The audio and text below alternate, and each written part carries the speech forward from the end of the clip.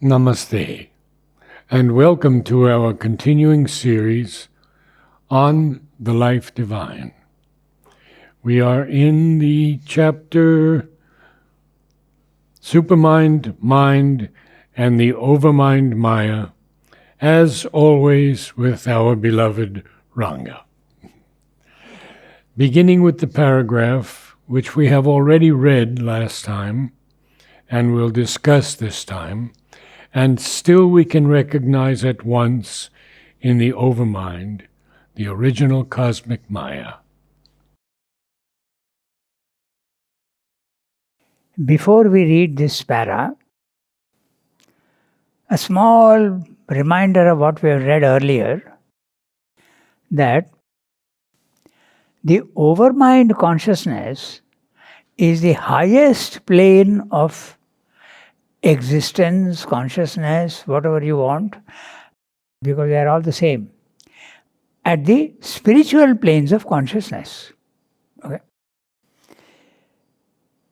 Above the supermind, above the overmind, you go into totally a different level. That's a third level, which is very different from the field of the ignorance. So, just to repeat again, to make it clear to ourselves, we can talk of three levels. The first level is the matter, life and mind. Here we are in ignorance, and the sign of ignorance is that we don't see the reality, we see only the appearances, the outer forms of things, and we see multiplicity. We don't see the oneness of things. We see only huge number of the many. We continue to see the many. We don't see their oneness. You make your mind silent and go to the second level, which are the spiritual planes of consciousness. That's not a plane of ignorance as such.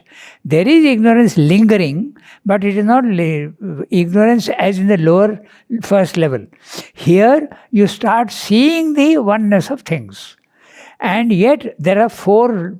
From those principles, there are four levels: higher mind, element mind, intuitive mind, and overmind. So, overmind is the highest plane in the spiritual planes of consciousness, and the lingering of ignorance is still present in the overmind. So, he said that in the overmind, we still are in ignorance, because total knowledge is not yet there. There is a lot of knowledge in the overmind, but it is still a field of ignorance. That's important because he is using the word still in the next para. Now, he has said that the overmind is a shadow or a representative of the supermind. Whatever is there in the supermind, you can find glimpses and hints of it in the overmind, but it is not yet the overmind. It's a sort of delegated supermind, he says. You can think of an ambassador in a country. He represents the country, but he doesn't have the powers of the original government. So it is something like that. The overmind is an ambassador, you can say, in the ignorance of the supermind. But it is sufficient connection there with them so that he can be taken as the ambassador.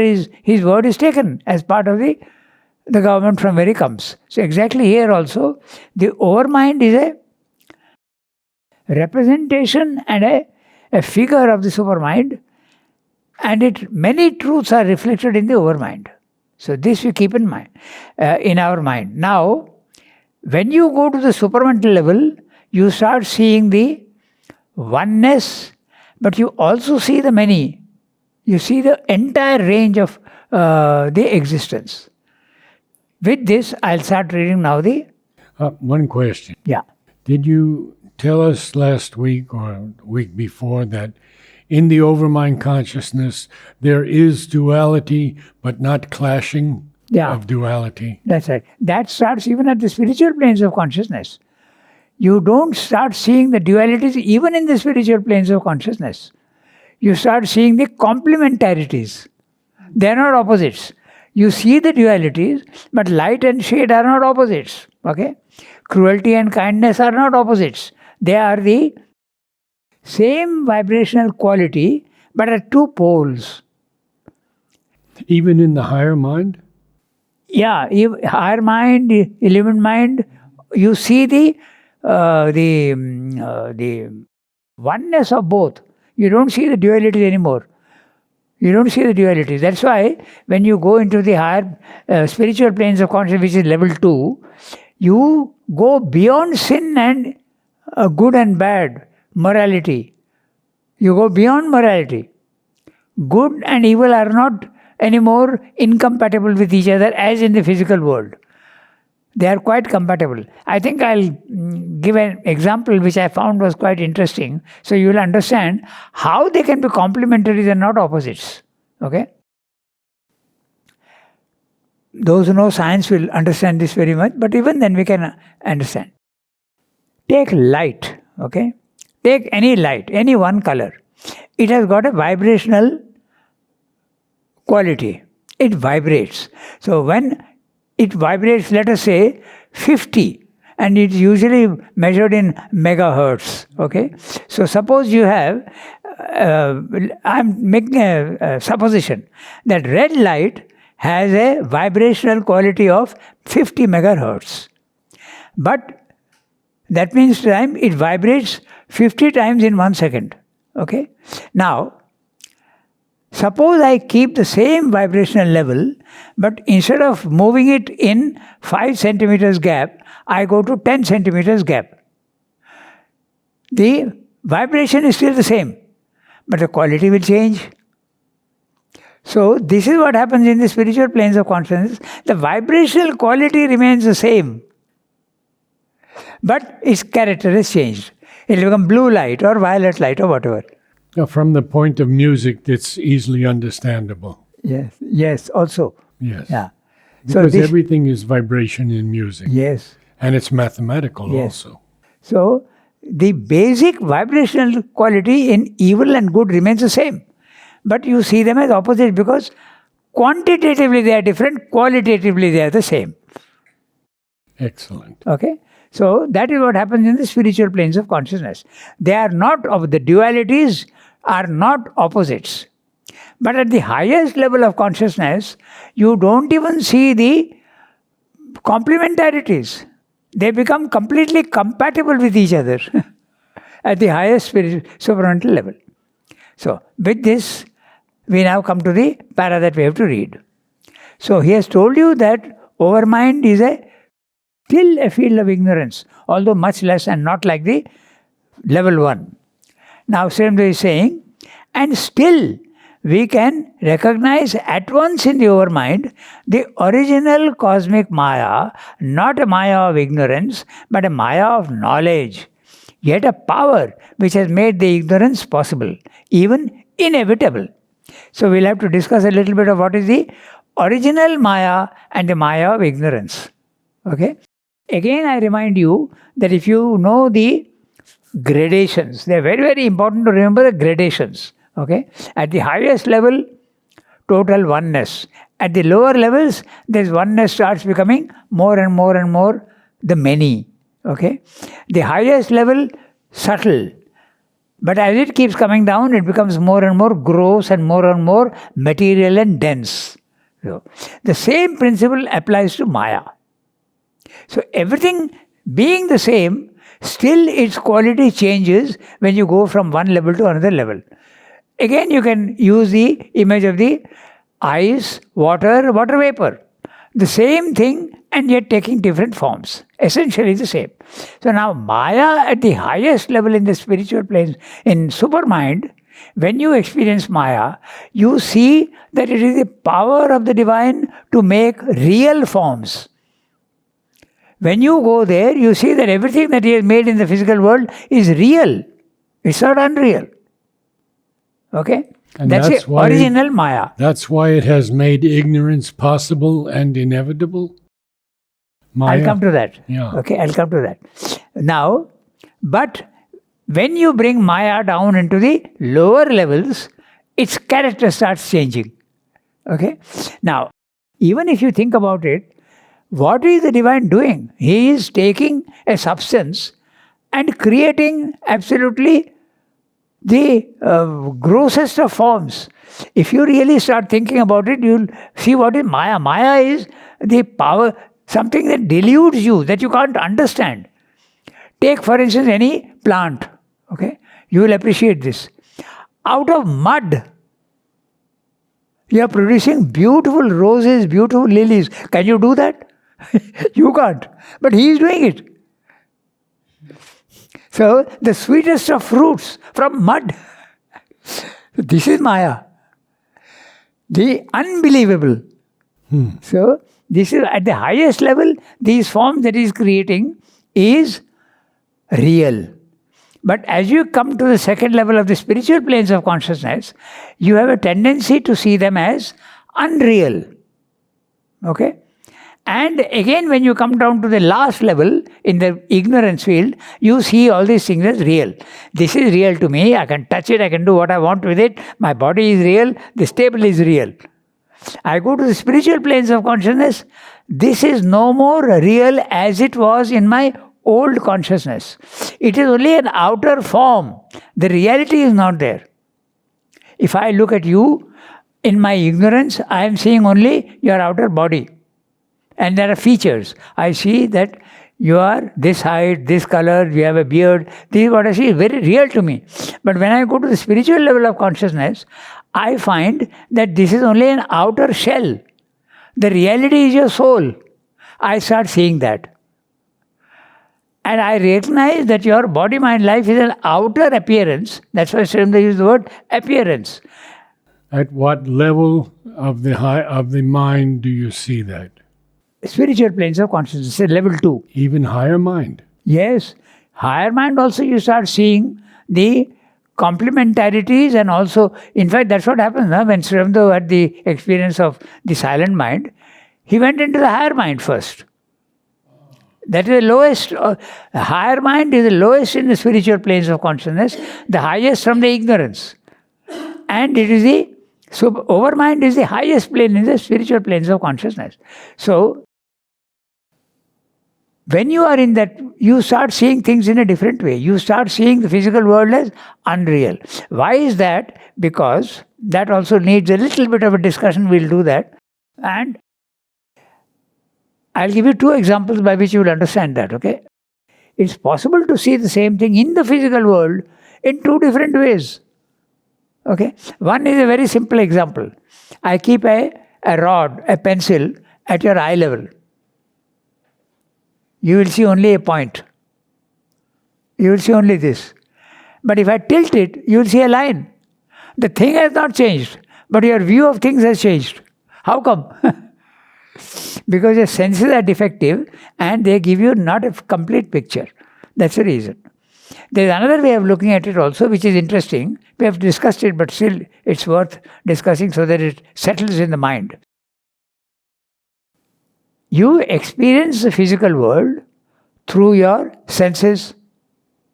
If your senses are not there, the world will not exist for you. Right? So, and is that the only thing? No. The senses are connected to the brain through nerves. So the data which the senses are collecting, whether it be sound or whether it be a scene or whether it be a touch or a smell or a taste, these data, sense data, are collected and sent to the brain. And the brain is telling you what you are seeing and what you are not seeing. You are not seeing this. You are seeing an image in your brain. And yet you think that this is what I am seeing. What is the proof? If you are blind, you don't see it. Then, if the nerve gets damaged, you won't see. The thing is there. The eye is functioning, but the nerve, optic nerve is damaged, you are blind. Then we come to the third level. What about the mind interpreting? If the mind goes silent, it stops interpreting. So you see only the sense data, which seems to be unreal, unsubstantial. So even biologically you can explain that. Okay? So that's when you make your mind silent and you go to the higher level, you see physical things as unreal. Okay? So 3 levels. The physical world is real to me. The physical world is unreal to me in the second level.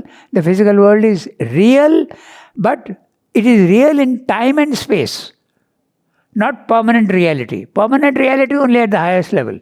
The reality of your body is in time and space. So it's a practical reality, and that is the essential reality which lasts forever. Now apply this to Maya. Okay? Maya at the highest level is the real power of the divine to create forms which are real. You come down to the spiritual levels of consciousness, Maya becomes an illusion maker. Okay? So, and you come down to the third level of the physical world, again, Maya is still there. As I said, the most magnificent flowers, the most sweetest of fruits, everything is being created from mud. You can't do that. So that's a power of the divine to create this. It's a miracle. Yeah, I've often spoken to you about the wars and the killing of millions of people. Yeah. And you told me that only when one sees it at a higher level Yes. can one understand it. Yes. Because that you raised that question of the Nazi killings one day. I did. I remember. Right. So my explanation for that would be this. Okay. When you are in the physical world, you see the dualities. You see a soft breeze and a hard cyclonic wind as opposites. One is sweet and the other is cruel and destructive. But when you go to the level of the spiritual plane of consciousness, it is still essentially wind. So there is no difference between a cyclone and a soft breeze. So apply that to cruelty and gentleness. Okay, same thing. It is force, essentially. So force can be very gentle. If I stroke you gently it is force. But if I give you a slap, it is force. That's what you see when you go to the spiritual levels of consciousness. So at that level, these things don't exist. Even though they are people? Yes. People are only part of the whole system. People, trees, everything is only part of the whole system. But the cruelty and all that is absolutely valid at our level. We can't mix up the two values. Values go on changing as you keep going higher and higher. Values go on changing. That's important. Another way of explaining these values is this. Okay, I'm seeing the sun rising in the east. It is real to me. The sun is moving. Okay, it's my sense level. It's my sense knowledge. My senses are telling me that this is. Now enters the mind, enters science, which uses logic and it analyzes things and says, that's an illusion. The sun is not rising at all. It's the earth is moving around. Values have changed. So when you go from one level to another level, values keep changing. Okay? Thank you. So, same thing you apply to Maya now. Okay? So, Maya at the highest level is the power of the divine to make real forms. That is the original cosmic Maya. Not a Maya of ignorance. The Maya of ignorance is creation of unreal forms. Okay? Clear? But a Maya of knowledge. You see, Maya is the word Maya in Sanskrit comes from the same Sanskrit root ma, to measure. Okay, we have the word in all the Indian languages, mapa. Okay, it means that there is a measure, and when you talk of measure, there is limitation. So when you make forms, the infinite becomes finite forms. So these infinite forms are real. It's not unreal. It's like a huge amount of clay you have which is infinite, and if I want to make pots and pans, I take a little bit and make a form. The clay itself, infinite, has no form, formless. But I take one, so manifestation implies form implies limitation, and limitation makes the problem of the seeming imperfection. So this is the way you have to see it. So here he's saying, not a Maya of ignorance, but a Maya of knowledge.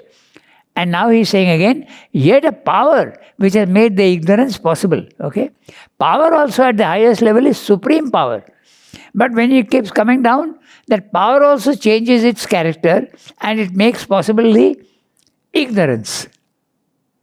Your power goes down. What you apply to Maya, you can apply also to power. That's what he's saying. So it's clear now? Two Mayas. Yet a power which has made the ignorance possible, even inevitable. If you remember, he used those Latin phrase, facilis descendus, Yeah. something like that. I can't pronounce the Latin words, but that's what it means. Easy, facile descent. Okay? So that's why inevitable. Okay? So, now we go to the next sentence. For if each principle loosed into action must follow its independent line and carry out its complete consequences, the principle of separation must also be allowed its complete course and arrive at its absolute consequence. We'll stop here. So he's saying that each principle, you remember he has told you in the previous para that the overmind consciousness is already the field of the many, and each of the many is given the right to express itself fully in any way it wants. It has the freedom to express itself. Even negativity. Yes, inevitably. So that's what he's saying in this sentence. For if each principle loosed into action, now look at that, it's very interesting, the word. Okay? Yes. It is loosed into action. Do what you want. It is loosed into action. Okay? Sometimes they use the word also ooze. Because the word srij in Sanskrit also means that. A flowing and a creation at the same time. So loosed into action must follow its independent line and carry out its complete consequences. So carry out complete consequences, total dualities and oppositions and infinite forms. Follow its independent line and carry out its complete consequences. The principle of separation must also be allowed its complete course and arrive at its absolute consequence. The absolute consequence is the creation of total separation, which is the many, which is the multiplicity. Okay? So he says, follow still it enters by obscuring infinitesimal fragmentation. Now, 3 words. Obscuring. Infinitesimal fragmentation. Infinitesimal, the smallest infinite. Infinitesimal, smallest. Then, fragmentation. The breaking up into absolute smallest atoms. Okay? Now, that's an interesting thing also. Does this fragmentation and infinitesimal, is there a limit at which it stops? If the highest is infinite, then this also has to be infinite. So my own guess is, many people won't agree perhaps, but you can never come to the smallest particle. In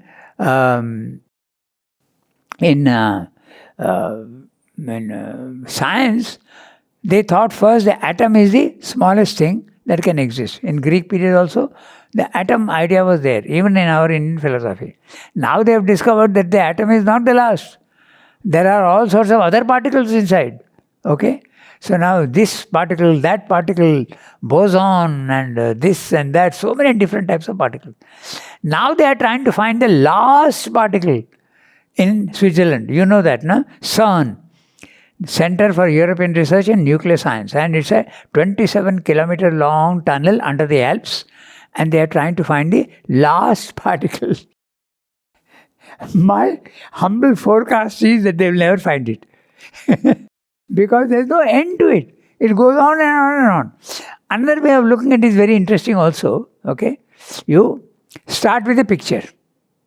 If I want to reproduce the picture, I have to break it down into pixels. That's clear? Because if I want to reproduce a picture, okay, you have a continuous tone photograph, but if you want to print it, you have to use pixels. Now, the pixels can be, let us say, 100 dots per inch.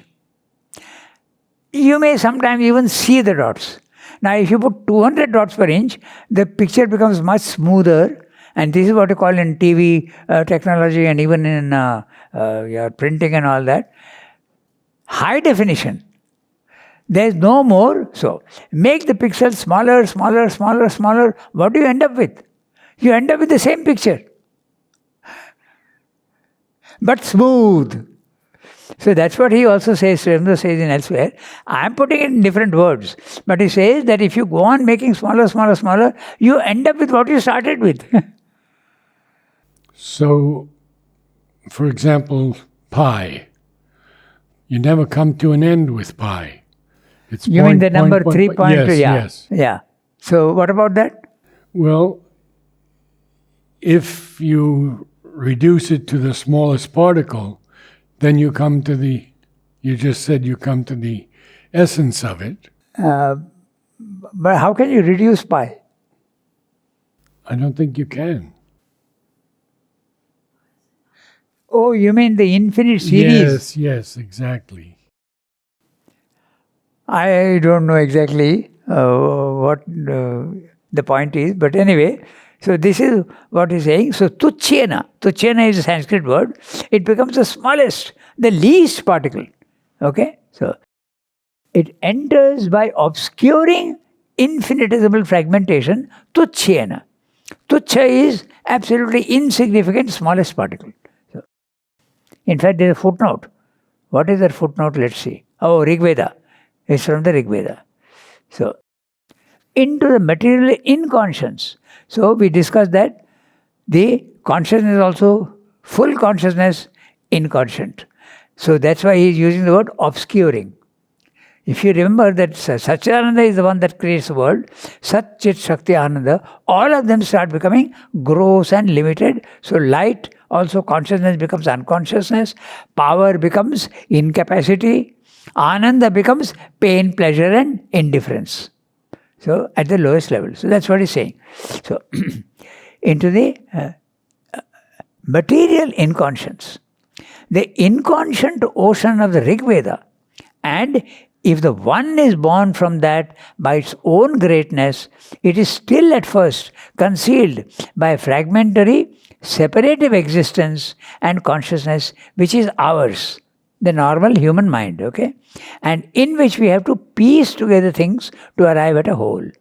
This is the nature of the human being, the human mind. It is analytical, it is not synthetical. When you go into the spiritual planes of consciousness, you have a synthetic capacity. But the total synthesis can only happen at the third level. So, he's saying that when this Maya creates these forms, at the lowest level it becomes inconsciousness and tuchyena, the many. Okay? But I have a question here because Sri Aurobindo capitalizes the zero in one. And if the one is born, Yeah. I took that as an avatar or a vibhuti. An If that avatar, one- that an one- avatar is the divine consciousness in the world. Right. But the one that he is talking about is the highest level of the divine, Purushottama, Ishvara. The divine who is personal as well as impersonal. He is not referring to the avatar here. Okay? So, the one is born by its own greatness. It is still at first concealed by a fragmentary separative existence and consciousness which is ours. Okay? The highest divine plunges himself into the darkness of the material inconscience, and even when he comes up, okay, he's saying this is a consciousness which is ours and in which we have to piece things together to arrive at a whole. He's talking of our mind, so here also he's talking of the human mind.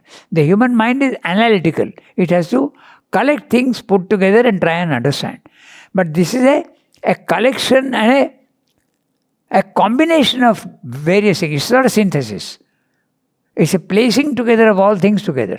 Okay? So, to arrive at a whole. In that slow and difficult emergence, a certain semblance of truth is given to the dictum of Heraclitus that war is the father of all things. For each idea, force, separate consciousness, living being, by the very necessity of its ignorance, enters into collision with others and tries to live and grow and fulfill itself by independent self-assertion, not by harmony with the rest of existence. So, he is describing the inevitability of clash in the dualities here. How can a cruel man and a kind man be in harmony? It can't. You can't have a strong force and a weak force in harmony. Not possible. At the higher levels, possible, but not in the physical world. So, Heraclitus says that war is the father of all things here. In other words, there is a clash, and that clash produces some sort of higher principles, and it goes on. So, father is what's he saying? Is the father of all things.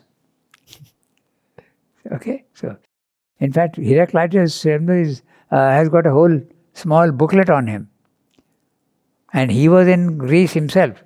Who knows he was Heraclitus or not? We don't know. He was in ancient Greece, he says, at one time. So, Heraclitus at war.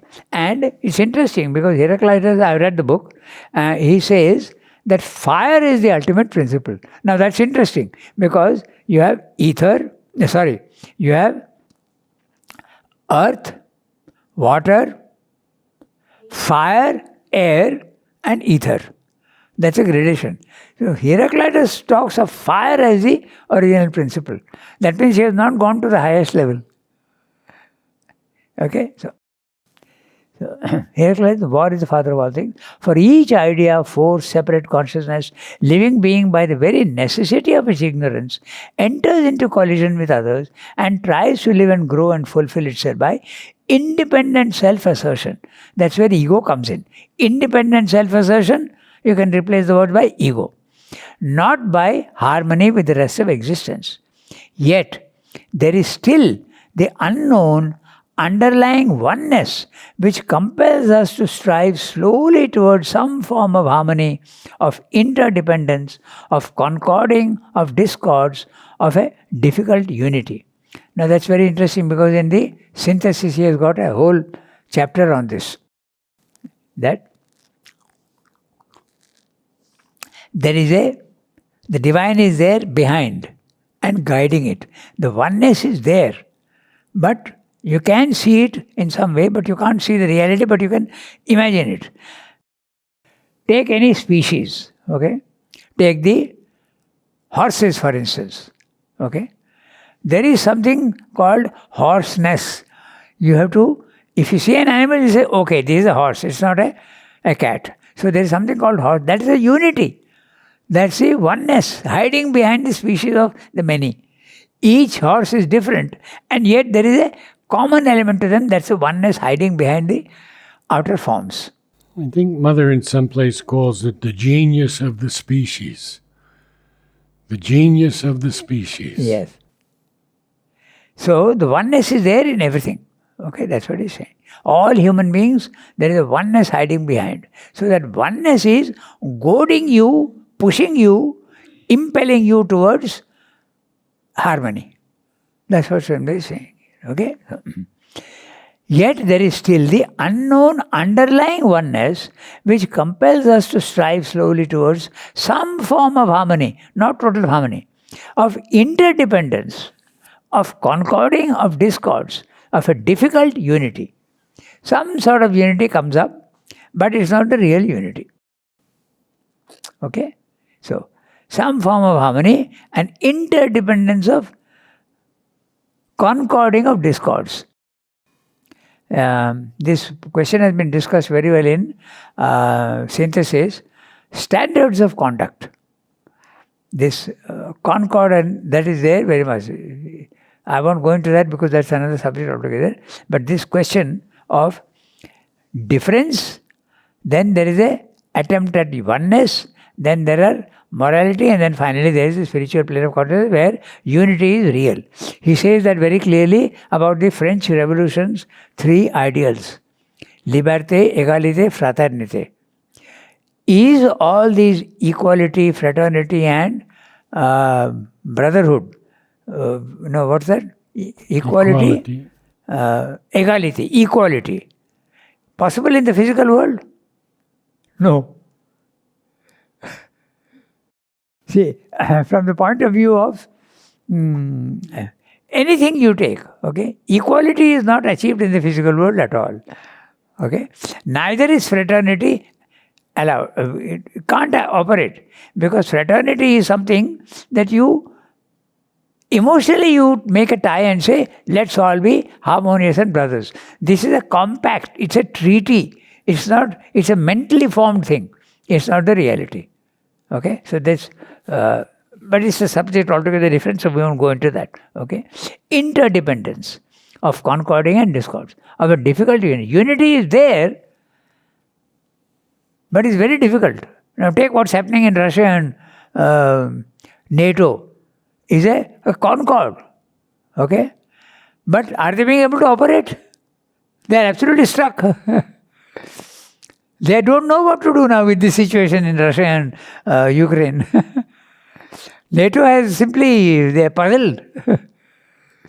So, difficult unity. There is a unity in NATO, but there is difficult. Okay, we go to the next one. But it is only by the evolution in us of a concealed superconscious powers of cosmic truth and of the reality in which they are one, that the harmony and unity we strive for can be dynamically realized in the very fiber of our being and all its self-expression, and not merely in imperfect attempts, incomplete constructions, ever-changing approximations. He's saying something very clear here. He's saying that so long as you are in the mental consciousness, you make an attempt at concord of discords. Okay, that's why there are treaties all over. There used to be NATO treaties still there. CENTO, SEATO, all sorts of pacts. When Bangladesh problem came up, India entered into a contract with the Russians. Okay, so there's an understanding. After some time it breaks up. It doesn't work anymore. This is mentally constructed fraternity, but it does not work in the mental world. When you go to spiritual planes of consciousness, it can become real. At the physical level, fraternity is not possible. After a time, it breaks up. Okay, so so that's clear now what he's saying. Incomplete constructions. All attempts at unity is incomplete construction. Okay, take for instance any nation. Okay, take India. If among ourselves we are quarreling all the time. Okay, all the states are quarreling, everybody is quarreling. But if China attacks, we'll all feel one. But how long is that going to last? It's only a temporary thing. That's why I'm using the word incomplete construction, ever-changing approximations. So clear. Okay? The higher ranges of spiritual mind have to open. So, you have to go to the spiritual mind to get the real oneness. Why? Because in the spiritual planes of consciousness, cosmic consciousness is possible. Not here, at this level, no. But in the spiritual planes, cosmic consciousness is possible. And what is cosmic consciousness? Everybody is part of me and I am in everybody. So there is no difference and there is automatic harmony. But the one who is in that consciousness will have this sense of fraternity, not the others.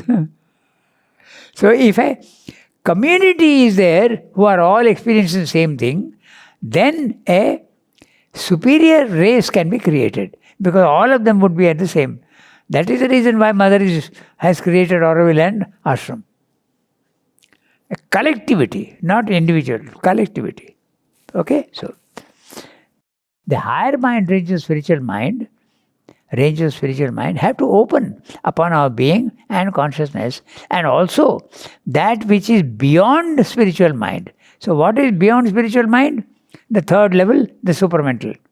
So spiritual mind is the second level. First level, our body, mind, life. Ignorance. Second level, spiritual mind. Third level, beyond this super mind. Okay? Must appear in us if we are to fulfill the divine possibility of our birth in the cosmic existence. Oh, He's not being very specific, but he's saying, what are we to? The divine possibility of our birth is what? Immortality, divinity in the physical world. The divinization of the human body itself. He's not saying that, he has left it a little vague. Okay? So that is what he's saying. So now, so what I'll do, I'll just summarize what we have read just now. Okay? so that it stays in the mind. In the overmind consciousness, we recognize the origin of Maya, which is a creative power. Here, Maya is a power of knowledge and not ignorance.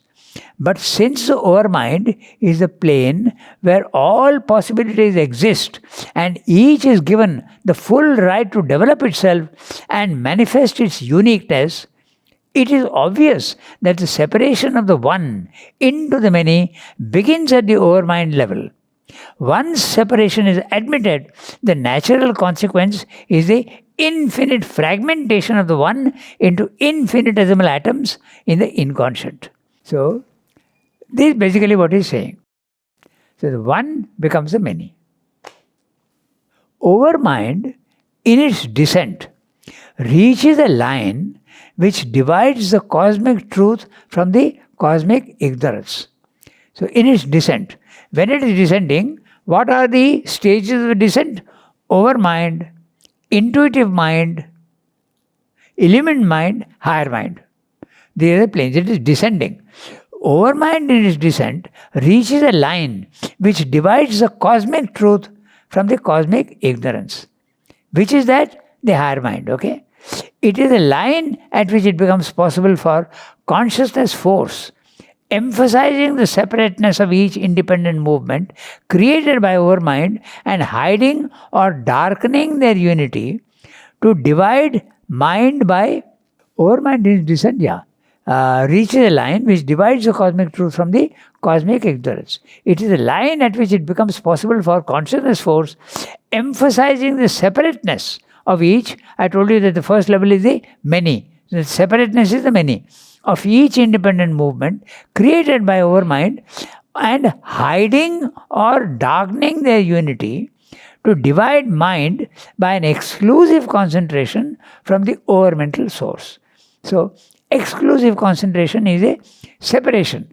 That consciousness which is one separates itself into the many. Okay? So, exclusive. Your consciousness is exclusive from mine. So, that is ignorance. The oneness is gone. Okay? There has already been a similar separation of overmind from its supramental source, but with a transparency in the veil which allows a conscious transmission and maintains a certain luminous kinship. This is interesting. He is saying that the many has already come into existence in the overmind level of consciousness, but there is a connection with the supermind. And what is that? Read that again carefully, you will see. Okay? He is saying there has already been a similar separation of overmind from its supramental source. The supramental source, oneness, and the overmind, the many. Okay? But with a transparency in the veil. So this is not an opaque veil that divides overmind and supermind, but it's a transparent veil. It's a veil, but transparent. Mm-hmm. Okay? So, this luminous kinship, very beautiful. yeah, that's right. Luminous kinship. In other words, there is a relation between the supermind and the overmind. Okay? But here means at the overmind and mind level, the higher mind and the mind level. At the higher level, there is a transparency in the dividing veil. But here, our mind and higher mind, totally opaque. Okay? So, we discussed that the light is there, it becomes very opaque here. So, that is very clear now. So, but here the veil is opaque, and the transmission of the overmind motives to the mind is occult. The word occult means hidden. It's not apparent. The word occult, usually we think of occultism. Okay? But the word occult actually means hidden. I have definition from Sri Aurobindo in the lexicon, where he says occult is used in the West because they really don't understand it. But there's nothing occult to the Indian mind. Yes. It's just something hidden that has not yet been revealed. Exactly. Hidden, secret. That's the meaning of occult. Okay? So, and obscure. Mind separated acts as if it were an independent principle. Which mind is he talking about? Our mind. The lowest mind has separated itself into individual minds as if it were an independent principle, and each mental being, each basic mental idea, power, force, stands similarly on its separate self. So not only consciousness becomes separate, but power also becomes separate, force also becomes separate. Your power is not my power. You can do something which I can't do. So consciousness is separate, power also is separate, even enjoyment is separate. Everything becomes separate. You may enjoy something which I don't enjoy. Okay, so that's what he's saying. Each basic mental idea, power, force stands similarly on its separate self. If it communicates or combines with or contacts others, it is not with the Catholic universality of the overmind movement on the basis of underlying oneness, but as independent units joining to form a separate constructed whole.